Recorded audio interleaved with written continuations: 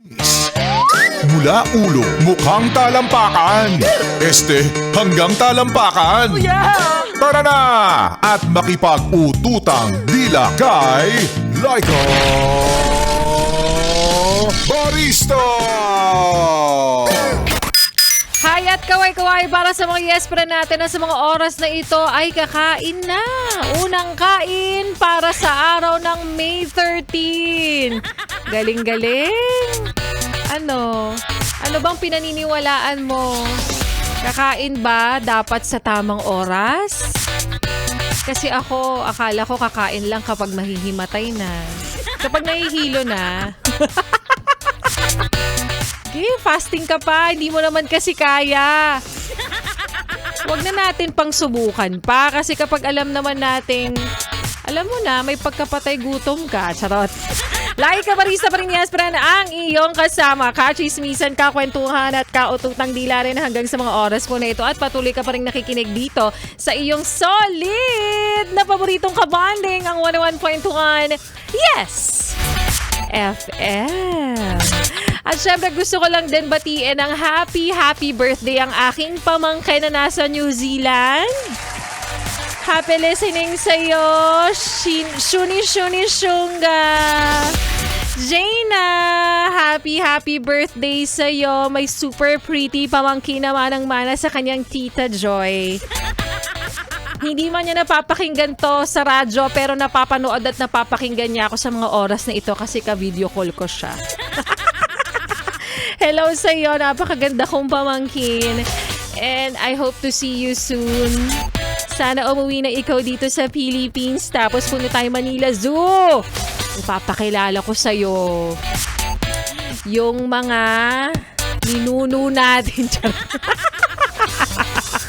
At sa mga yes friend natin, patuloy na nakikinig ngayon. Ayan. Happy listening sa inyo at hintayin ko ang inyong mga pa-shoutout, pasinghal, pasigaw, mga parinig. Yung may mga gustong patamaan si Himpapawid, i-message nyo na po ako sa aking Facebook fanpage na Laika Barista. Again, it's LYKABARISTA, Laika Barista. At isa-isahin natin yan maya-maya lamang. But for now, balikan muna natin yung kwento ng ating Laika Barista moments na pinamagatang natuto na ako. Oo. Ikaw ba, yes friend, ay natuto ka na? Natuto ka na rin ba? O hanggang ngayon, kapit ka pa rin sa mga linyang okay lang to. Baka naman kasi may pinagdaraanan lang siya. Baka naman stress lang siya kaya nasigawan niya ako kanina. Baka wala lang naman siya sa wisyo. Kaya niya ako na napagsalitaan ng hindi maganda kanina. Kaya siguro nasasaktan din ako kasi baka mamaya naman masyado akong emotional. Mga ganyan. Uy, ano yan? Ano, relationship pa ba to? Ano? Diba? Kasi minsan, yes friend, hindi lang sila ang may kasalanan kung bakit paulit-ulit kang nasasaktan. Sa totoo lang, minsan ikaw rin naman yung dahilan. Ano ka ba? Hindi mo ba alam yon? Dahil paulit-ulit mo ring inaalaw o pinapayagan yung mga excuses nung taong paulit-ulit kang pinapaiyak. At habang lagi mong iniintindi ang mali nila, lalo nilang iniisip na tama ang ginagawa nila. Tandaan mo to, yes friend ha. People will treat you based on what you allow, not on what you deserve. Tandaan mo yan, uulitin ko. People will treat you based on what you allow, not on what you deserve. Kaya kung ikaw, lagi mo siyang pinapayagan sa mga bagay na hindi ka naman nakomportable, sa mga bagay na nasasaktan ka na, uulitin ko kasi baka mamaya akala niya normal lang yon. Na baka okay nga lang sa'yo. Kaya minsan kailangan mo rin talagang mapagod. Kailangan mo ding matauhan kasi may mga taong hindi matututo habang dandyan ka pa rin na umiintindi. Galit na ako, pinapalakpakan nyo pa ako. Charot. At oo, hindi tayo sa araw-araw dapat tanga. Charot. Dinaandahan ko pa, no? Tas diniretso ko din naman sa'yo. No, yes, friend. Again, matuto tayong tumigil kapag sobra na, kapag ubos ka na. Dapat nga kapag alam mo mauubos ka na, tigil na eh. Kasi hindi ka naman pumasok sa relasyon para maging emotional punching bag lang. Pumasok ka dyan, ramdam mo at tanggap mo na minsan masasaktan ka. Pero syempre, looking forward ka na dapat maging masaya, di ba? Kopya? Nagkakaintindihan ba tayo? Ay, ano to, counseling bee? Kopya? Kopyang-kopya. Heto na! O para sa mga nasasaktan dyan, nasasaktan! Kasi nga, wala nang laman ng bulsa. Dagdagan natin yan kahit papano. Tulungan natin ang bulsa mo kahit papano para makarecover siya. Heto na nga. I-anunsyo na natin ang nanalo ng 500 piso na hatid po sa atin ng Pride Detergent by ACS! Pera, pera!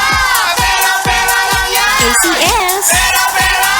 Pera, pera lang yan! ACS! Para sa ating like katanungan kanina na, sa Pride, easy and worry-free ang laundry.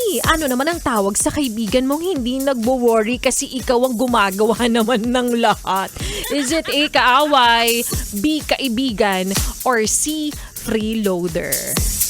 Ang tamang kasagutan dyan, actually pwedeng lahat, pero ang pinakatumpak, freeloader! Kaya naman congratulations sa ating yes friend na ang sabi niya dito, Laika Barista, sana ako naman ang susunod na panalunin mo dahil pangbibili daw niya ng gamot. Sana ako ang mapili mo dahil araw-araw ako nakikinig sa'yo.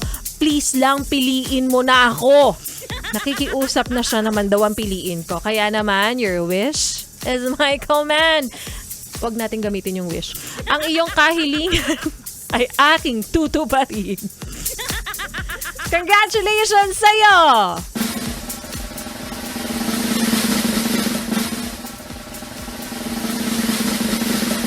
Miss Elena Fauny, congratulations! 500 piso ang para sa'yo. Hintayin mo lamang na mag-reflect na yan sa iyong account maya-maya lamang dahil instant gratification po ang ipinamimigay ng 101.1 Yes FM na mga papremyo para sa mga nangangailangan na tulad mo. Congratulations again! At sa mga yes pa rin nating patuloy na umaasa, patuloy po na humihiling, patuloy na nananalangin, nagdarasal na sana ikaw naman ang susunod na mananalo, na sana ikaw naman ang susunod na bibiyayaan ko, na sana ikaw naman ang susunod na mabibigyan ng 500 piso. Laging ang paalala nila ay kabarista habang may buhay. May pangarap. Yang pangarap na yan na magdadala sa'yo sa pag-unlad ng iyong pamumuhay sa mundong ibabaw. Yes, friend. Ang pangarap na yan ay lagi mo lang patatagin. Ang pangarap na yan ay sabi nga nila, pangarap na bituin. Ha? Nagsasabi nila ikaw, Risa. But anyways, para sa yes, friend, sana ikaw na ang susunod na manalo ng 500 piso na hatid po sa atin ng Pride Detergent by ACS! Pera, pera! Pera, pera lang yan! ACS! Pera, pera! Pera, pera lang yan! ACS! happy listening pa rin sa mga yes pa rin natin. Patuloy na ngayon nakikinig sa mga nag-message sa akin at sasabihin na naman dyan, ako sumasakit talaga yung puso at apdo ko. Ha? Apdo? Kapag nakikita ko yung mga mensahe nyo na, Laika Barista, hindi na naman ako pinalad. Pero ito, sabi ni Miss Ellen Fauny, thank you so much DJ Laika. Nag-message na siya, nakikinig. Sa mga oras na ito, nakakataba ng puso yung mga ganitong eksena, di ba? Yes, friend. Na alam mo, live, nakikinig, mapa sa radyo man yan, o kaya sa Yes FM mobile app or sa website. Tanggap namin lahat yan basta lagi kayo nakatutok solid na nakikinig sa 101.1 Yes FM. Happy listening sa mga yes friend natin tulad ni Rayson de la Cruz. Sabi niya, Ate Laika, pabati daw from Marinduque habang nakikinig po sa inyo habang nagdidilig siya ng tanim ni Joaquin. Ang cute. Parang pangalan ng ng plant shop dyan sa may Quezon City Circle. Tanim ni Joaquin. Bili na. Ganun. Bentang-benta sa akin. Sorry. Ilan pa sa mga yes pa na natin nakikinig ngayon? Ito, isa pa to. Si Alfred Marcelino. Lagi kong binabanggit yung pangalan niya. Tsaka ng ibang DJs. Pero yes, friend, alam nyo, gusto lang talaga namin ipagmalaki. Siya talaga ay solid na nakikinig sa 101.1 Yes FM.